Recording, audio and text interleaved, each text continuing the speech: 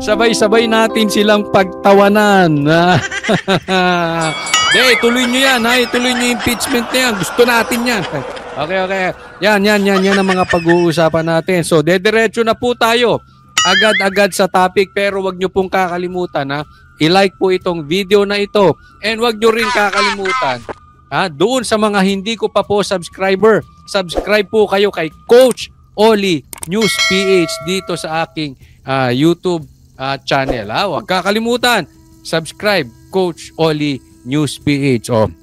Simulan na natin agad-agad kasi kay Coach Oli, ang bida ay ang balita. Eto, simulan natin dito. Gusto nang bawiin. Yung pinirmahan nilang BBM Romualdez resolution. Nakuha po natin to sa Politico Scoop, di ba? At gusto kong bigyan ng komentaryo. Siya. Diretso na po. Dun sa filed reso in support of Speaker Martin Romualdez. Because initially, nung in-announce yun, na magkakaroon ng such resolution, yung mga kongresista walang problema. Sabi nila, pipirmahan natin yan. Of course, we are expected to support the captain of the ship. Nung nabasa nila yung actual text ng reso, kamot-ulo sila. Doon sila kinabahan. Doon sila naging medyo squirmy in their seats.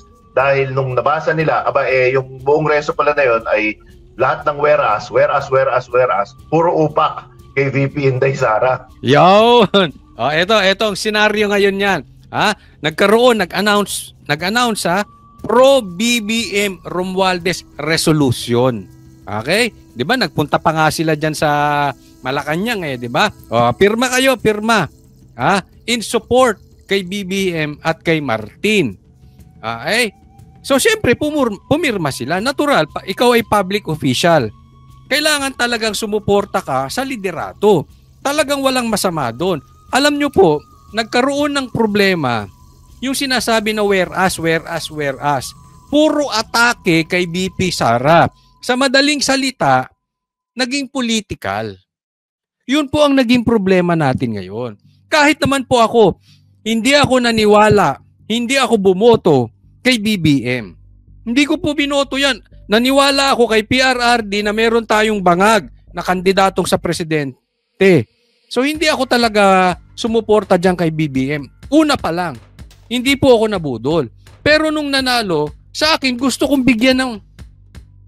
Kasi respect the authority. Yan ang aking prinsipyo, respect the authority. Kasi ang nire-respeto mo, yung posisyon, hindi yung tao. 'Di ba? So parang ganito, syempre, kailangan nating respetuhin yan bilang public official. Pero nung ang nangyayari puro atake na sa Duterte, teka muna.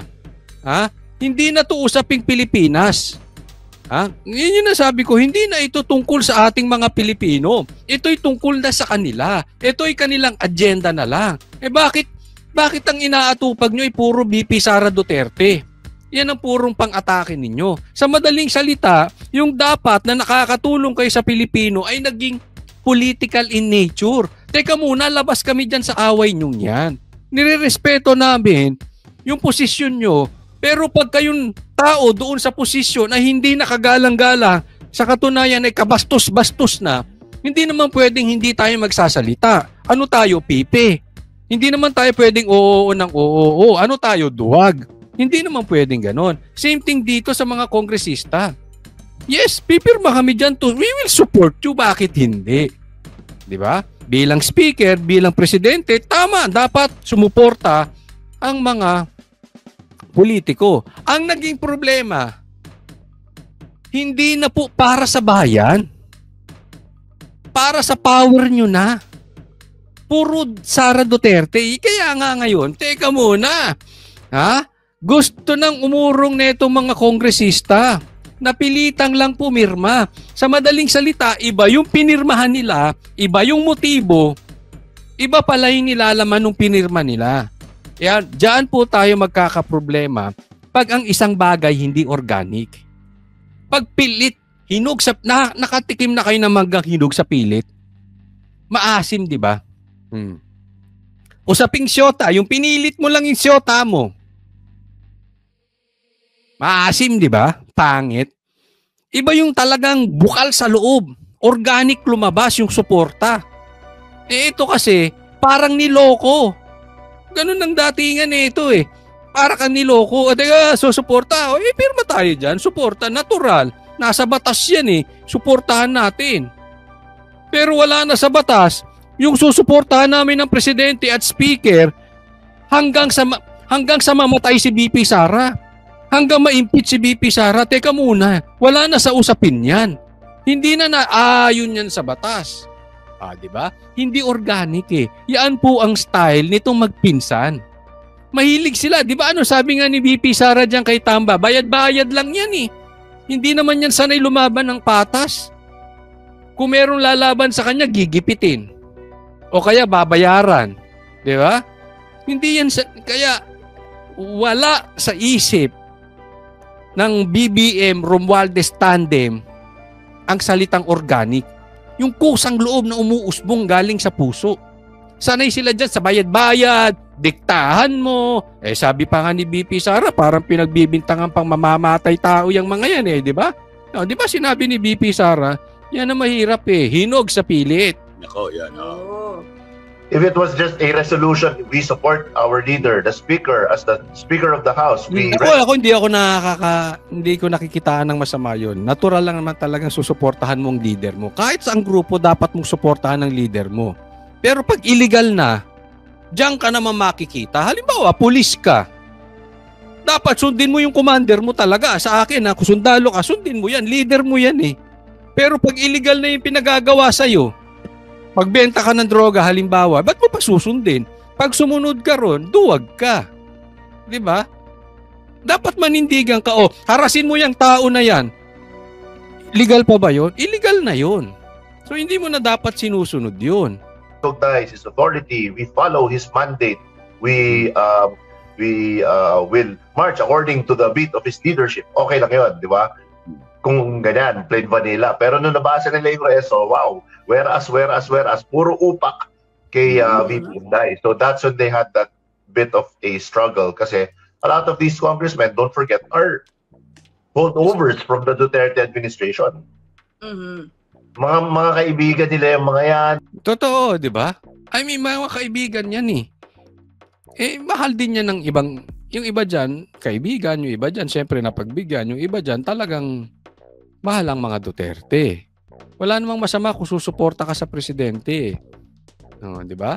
Pero ngayon, iba na nangyayari. Delikado sila dito. Kasi umiiba na ng tono. At yan pag-uusapan natin. Hindi na matutuloy. Posible, Eto. Hindi na matutuloy ang impeachment. Hindi sila makakalakap niya pagka ganyan ng usapin. They've had well, let's call a spade a spade. There has been some patronage. There has been some political favors granted to many of them by the previous administration. Kaya medyo ipit sila. So ang advice ko is try not to take a side in this fight. Try not to pick a duck, as it were, di ba? But as a congressman, you will be forced to. Sabi, wag na kayong magpili ng side. Basta sa madaling salita, gusto nitong palabasin, yung trabaho nyo lang. Too late. Sa ngayon, mamaya i-explain ko, that is too late for now. Especially kung congressman ka, you need to pick a side now. Hindi ka na pwedeng gumitna. Hindi na pwedeng, hindi, Tamba ako, hindi, Sara ako, hindi, Tamba. Kasi, pag ginawa mo yung gusto ni Tamba, definitely, babanatan mo si Sara. Di ba? Definitely. So hindi ka naman pwedeng pumili na nasa gitna. Hindi, ito, pwede ko naman suportahan si BBM. Suportahan ko si Tamba. Suportahan ko si Sara. Tapos trabaho lang tayo para sa Pilipinas. Pwedeng ganun Kaya lang iba na sitwasyon ngayon. Hindi na uubra yan. Pag pinili mo si Tamba, you are forced. Nangyari yan Di ba yan nga ang kinikwento ni Banat Bay? Yan ang kinikwento ng iba. Pinababanatan si BP Sara. Hindi yan pwedeng tanggapin. Hindi pwede yan. Di ba? Pagka hindi ka, yari ka. Hindi pwede. Senate, iba, no? Yes, ma'am. Good. Sir, sorry. So, ibig mo sabihin na some congressmen, you believe, signed with hesitation doon sa House Reso, and in a way na they were parang left with no choice? Is that even a reality, left with no choice for these congressmen at this point? Well, definitely the framers. I mean, the ones who drafted it. I mean, if you look at the names, it's Congressman Manix Dalipe. It's of course Kong Yeda, the wife of the speaker. Siyempre yan, mga hardcore. Pero tama ka, ma'am. Yung mga ibang Mga hardcore, ibig sabihin niya mga hardcore supporters ni Tamba. naman dyan, yung mga ibang congressmen that are being made to sign this, I would have to believe there's some discomfort, perhaps would be the best word to describe it. Na parang in the back of their heads, I'd rather this document did not exist. But here it is. It's, I mean, I'm at the breach, diba? Pirmahan ko yan dahil I'm part of the House. I must support the House leadership. Yun. Ayan na po yan. Wala na silang magagawa eh. Ngayon, hindi na po pwede yung namamangka ka sa dalawang ilog. Ipapaliwanag natin yan extensively. Okay? Next topic po tayo, yung BBM tandem. Wala nang gustong pumirma. I mean po itong wala nang gustong pumirma patungkol dito sa impeachment. Ito, pag-usapan natin. Ng Makabayan Bloc ang pangangalap ng pirma ng mga mambabatas para sa inendorso nilang impeachment complaint. Ayan na, nangunguna ha. Bida-bida, Makabayan Bloc. Nangunguna sa paglakap ng pirma against BP Sara para yung pirma na yun, diretso na sa Senado, hindi na kailangan i-discuss sa Congress. Sige, tingnan natin. Good luck sa inyo. Ilan na ang pumirma? Laban kay Vice President Sara Duterte. Nais nilang makuha ang 106 na pirma o higit sa 1/3 ng kasalukuyang miyembro ng Kamara para maidiretso na ito sa plenaryo at matransmit agad sa Senado. Nakatutok si Tina Panganwe Perez. Nangangalap na ng pirma ng mga kongresista ang Makabayan Bloc sa Kamara para sa impeachment ni Vice President Sara Duterte. Hindi, no, Makabayan Bloc pa talaga, no. Ang lilinis nila, no? Ang lilinis na itong mga ito. At isipin mo, diyan umasa si Tamba sa Makabayan Bloc. Loser talaga. You are such a loser, Tamba. Kaninang umaga, pinost ni ACT Teachers Party List Representative Franz Castro sa group chat nilang mga kongresista ang kopya ng impeachment complaint na inihain ng mahigit 70 ordinaryong mamamayan at inendorso ng Makabayan Bloc. Bibigay lang natin ang copy sa aming mga colleagues through our GC para mapag-aralan na nila.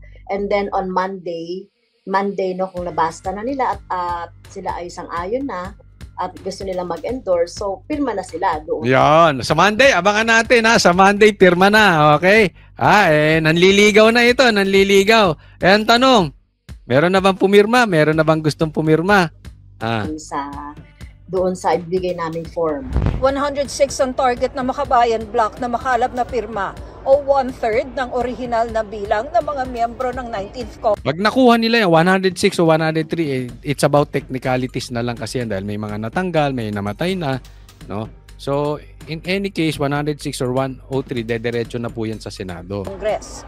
Pero ayon kay House Secretary General Reginald Velasco, 103 lang ang kailangan dahil 307 na lang ang kabuuang bilang ng mga kongresista dahil meron ng mga pumanaw o natanggal na kongresista o nagbitiw dahil itinalaga sa gabinete. 106 para hindi ma-technical. Oo. Kasi 'di ba, parang kapag sinabi nila na hindi kasama pa rin sa role itong mga namatay or ganito or ganyan, at least we have a sure number of Ako sa akin lang, sana wag tayong pasukin ng komunista. Hindi, wala naman tayong pinagbibintangan. Sana lang wag tayong pasukin.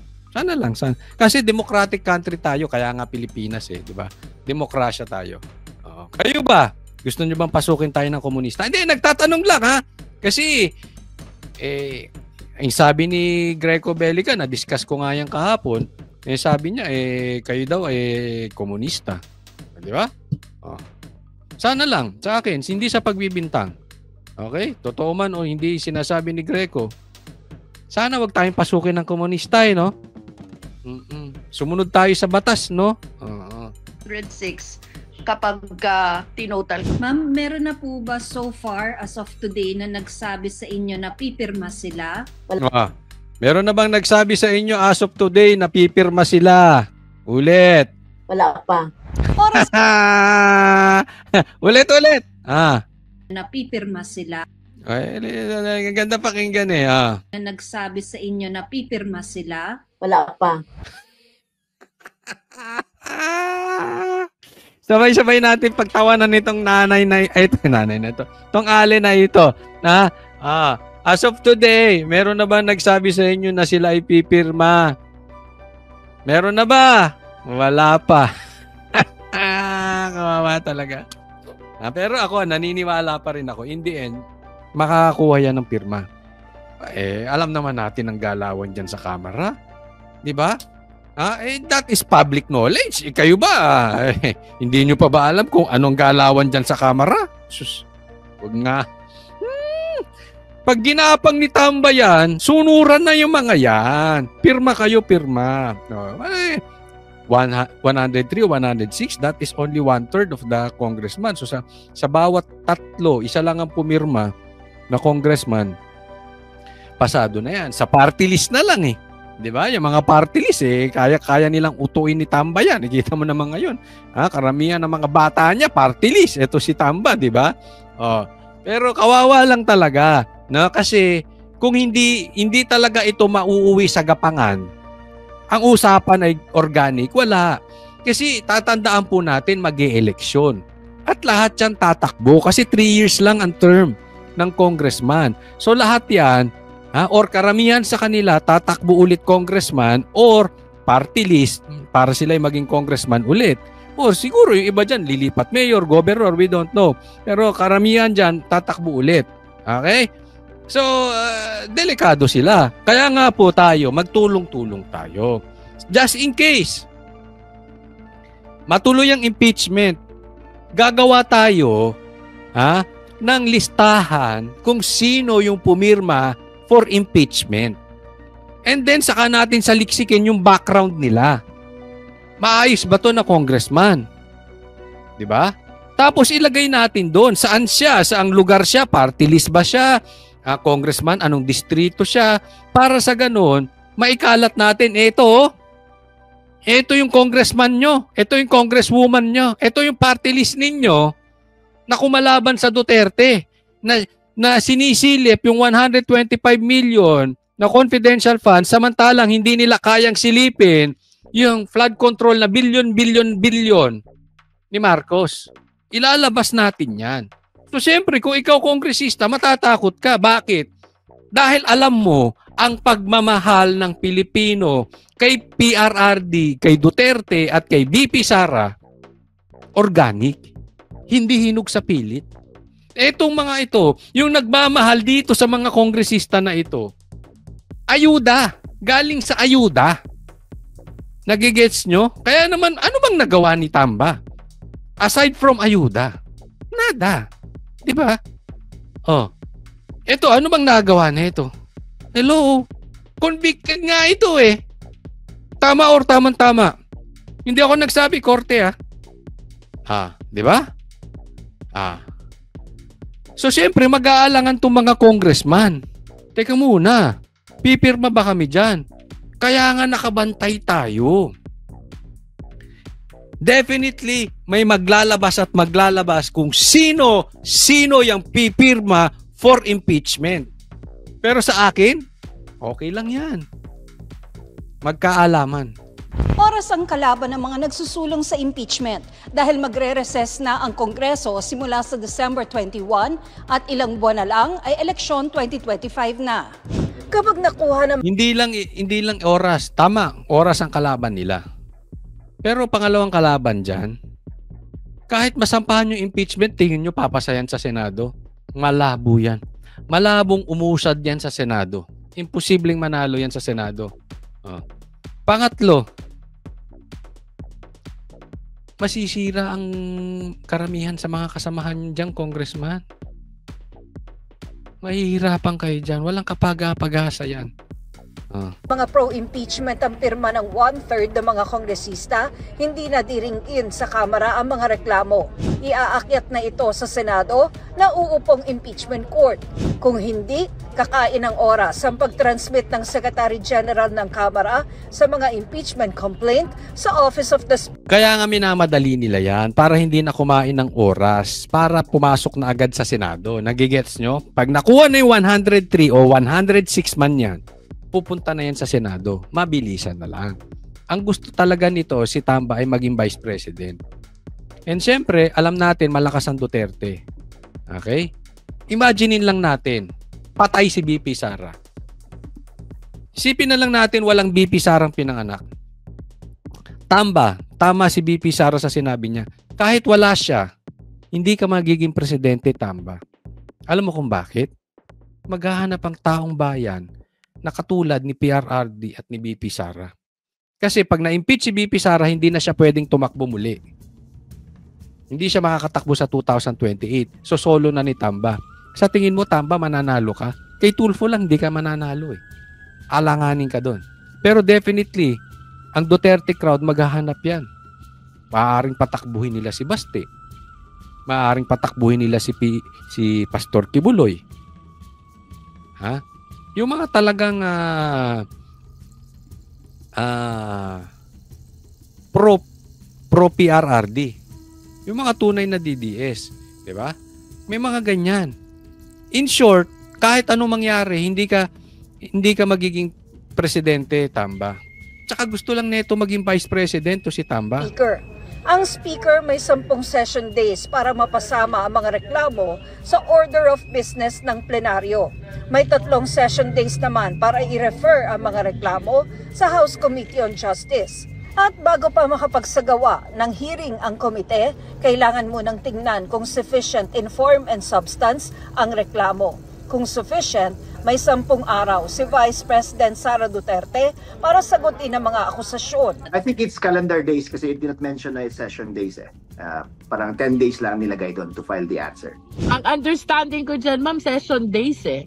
By session days, it is Monday to Wednesday only. We don't have a session on Thursday and Friday. Ano man ang mangyari, inaasahan na raw ng isang kaalyado ng bise sa Senado na matutuloy ang impeachment. I am expecting for the worst. Magkakaroon talaga ng impeachment. Sinisikap pa ng GMA Integrated News. Eto yan, no? Pagka nagkaroon talaga, siguro nahihirapan sila ngayon, eh, no? Kaya nga dapat dikdikin natin sa social media, no? Na nakabantay kami kung sino man ang pipirma dyan. At bubusisiin natin ang kanilang nagawa. Busisiin natin kung sila'y may kaso kasi baka tinakot yan eh para pumirma. Bubuksan namin yung kaso kasi may ugali sila ganyan, binubuksan yung kaso, di ba? So, bubusisiin natin yan. Kailangan naging mapagmatsyag tayo, hindi naman po illegal yan eh. Karapatan po natin ng ating ating mga politiko ay ating binubusisi, no? So titingnan natin 'yan, no? Pero alam nyo sa isang banda, I still believe na dapat na rin talaga tong impeachment.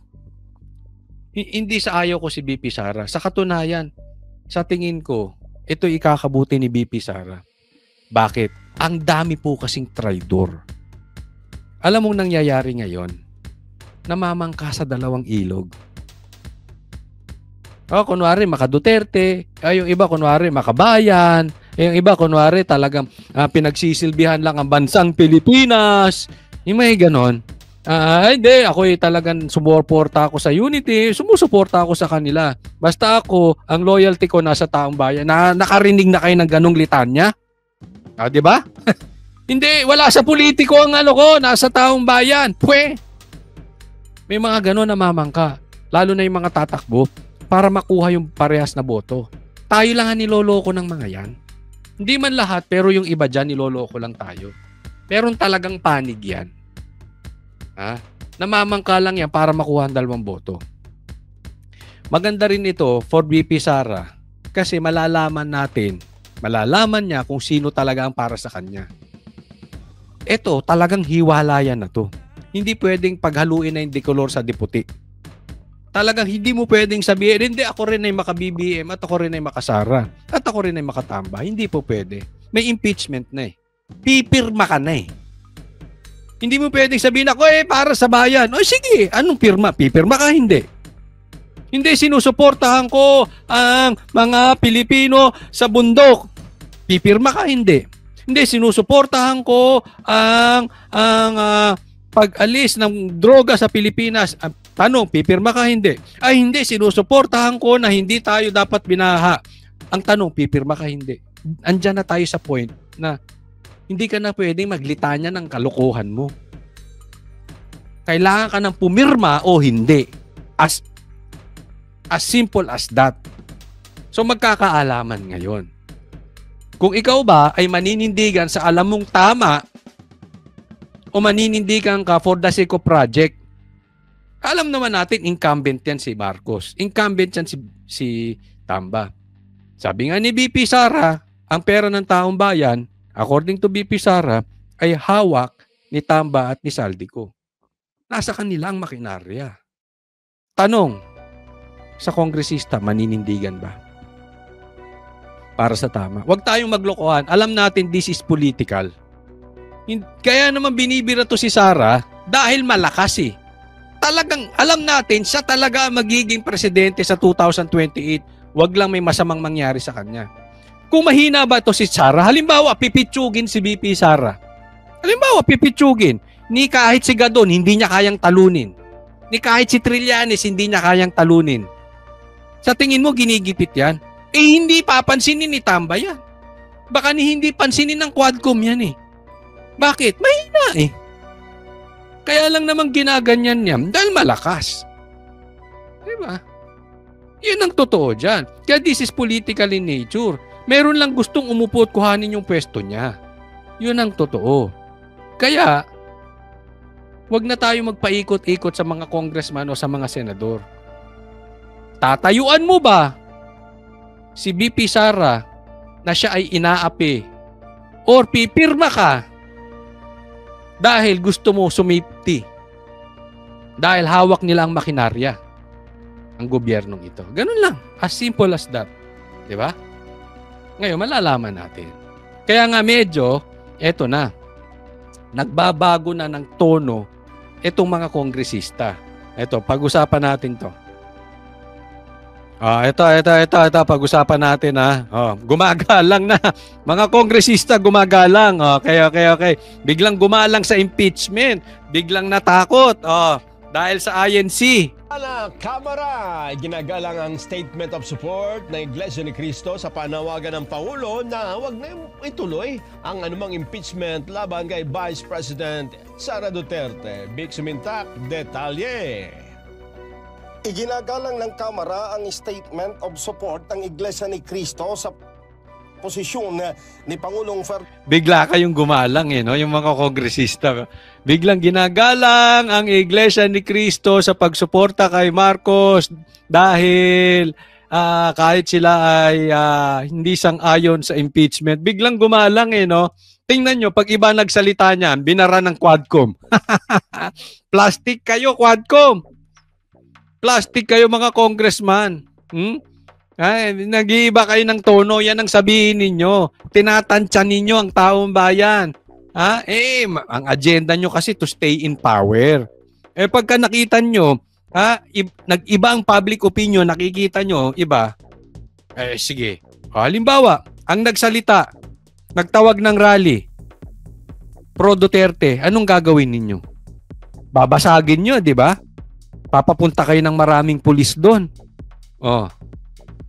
Ferdinand Marcos Jr. na huwag nang pagkaabalahan ng impeachment case laban kay Vice President Sara Duterte. Ito ang inihayag ni House Deputy Majority Leader Congressman Paulo Ortega sa regular press conference sa Kamara. Naniniwala si Ortega na anumang hakbang ng religious group ay para sa ikabubuti at kapayapaan ng bansa.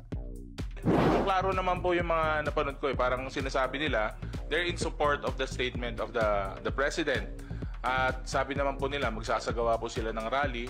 At alam po naman po natin, syempre nire-respeto po natin ang ating mga... Yan, biglang rumispeto kasi bakit? Iglesia nagsalita. Baka hindi ka maiboto. Malakas sila, di ba? Madami sila. Bigla kayong galang. Yan yung sinasabi ko eh. Kung iba ba nagsalita niyan, ganyan ang tono mo? Di, kayo humusga. Kayo mga nanonood dito. Sa tingin ninyo, ganyan ang tono nito mga kongresista? Kung hindi iglesia nagsalita, iglesia lang nagsalita. Bakit? Mukha kayong boto. Mukha kayong public opinion. Kasi alam nila na pag nag-ano ang iglesia, takot sila. Delikado sila. Wag nga tayong maglokohan. Kapatid sa iglesia. Naks biglang kapatid.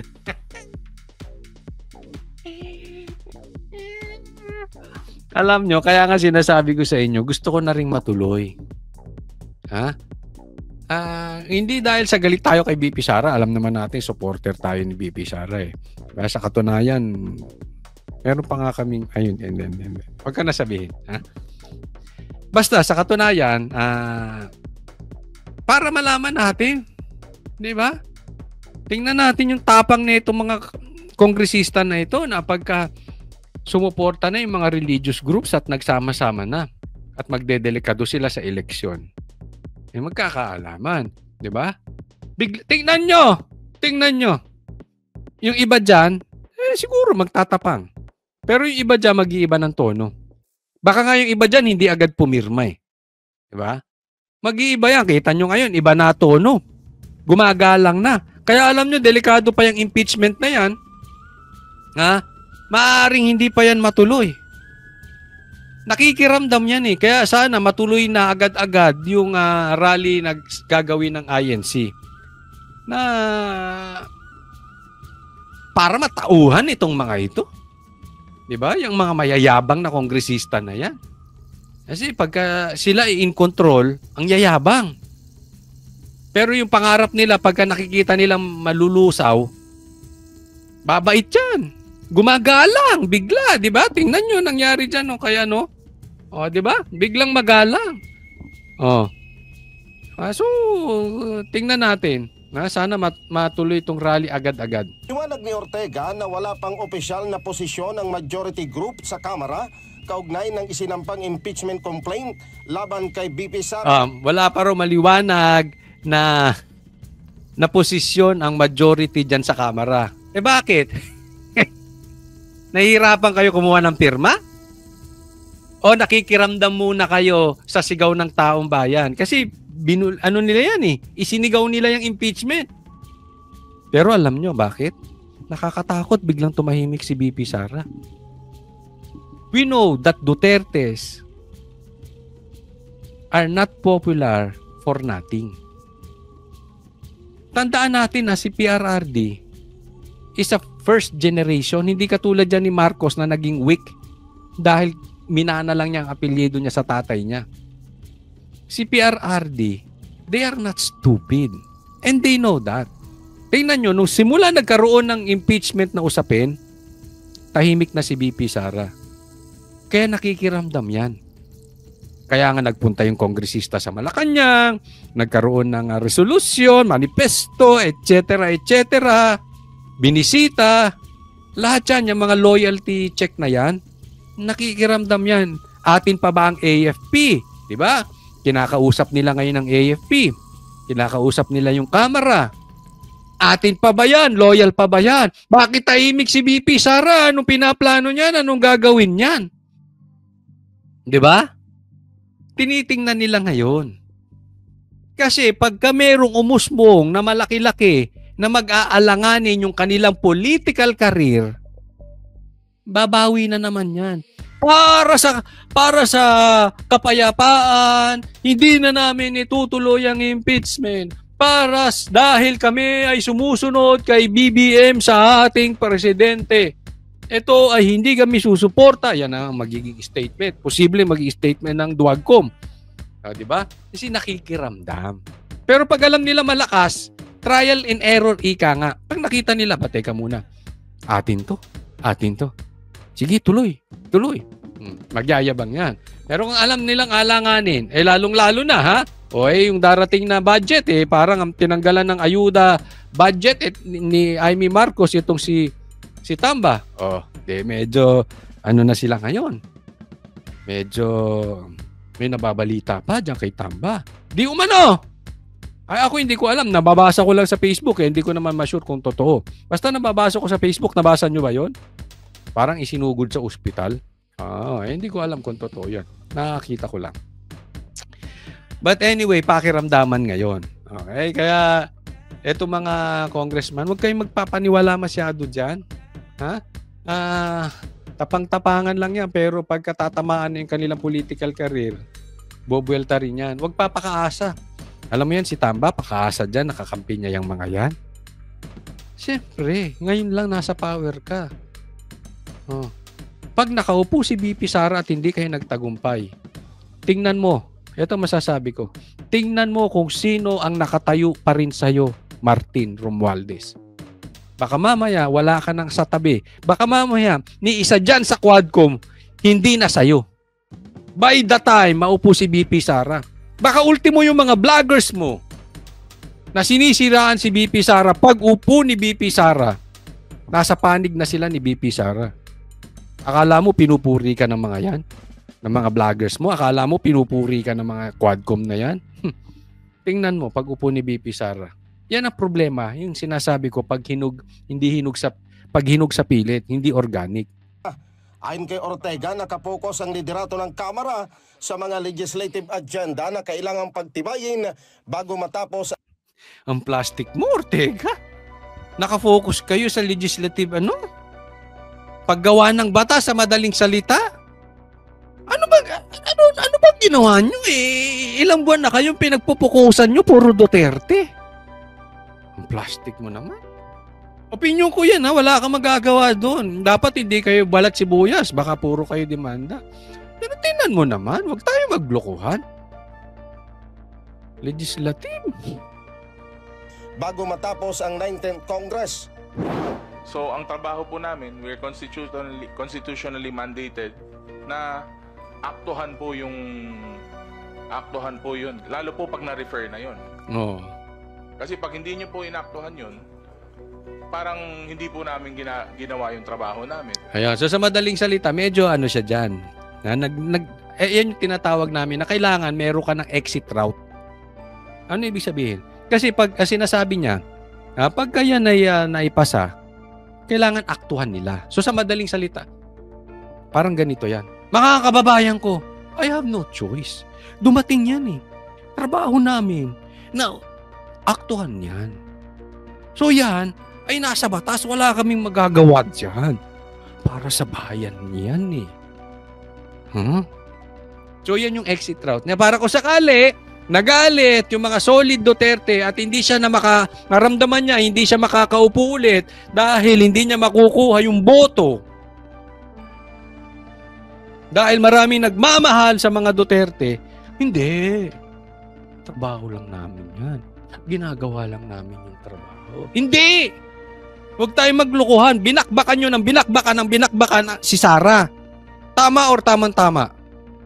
Huwag na kayo mag-isip ng exit route. Ang tanong lang dyan, pipirma kayo o hindi kayo pipirma. We really don't care kung aaktuhan nyo o hindi kayo aakto. Huwag na natin paghaluin ang dikolor sa diputi. Yun na lang ang pag-uusapan. Pipirma kayo o hindi kayo pipirma. Huwag na natin linlangin ang taong bayan for the sake of election. Hindi tayo, in aid of legislation kayo, hindi in aid of election. Pero yun nga po, may proseso pong pagdadaanan yan. Hindi naman po isang boto lang yan. Boto po ng buong House at ibabato po natin sa Senate. Then, depende po sa progress ng mga na-file na impeachment complaints. Niliwanag naman ni Ortega na... Tignan mo yung mga nandiyan dyan. Kulang na lang, tayuan mo ng bundok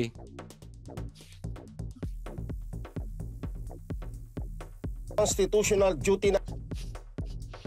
Look at that.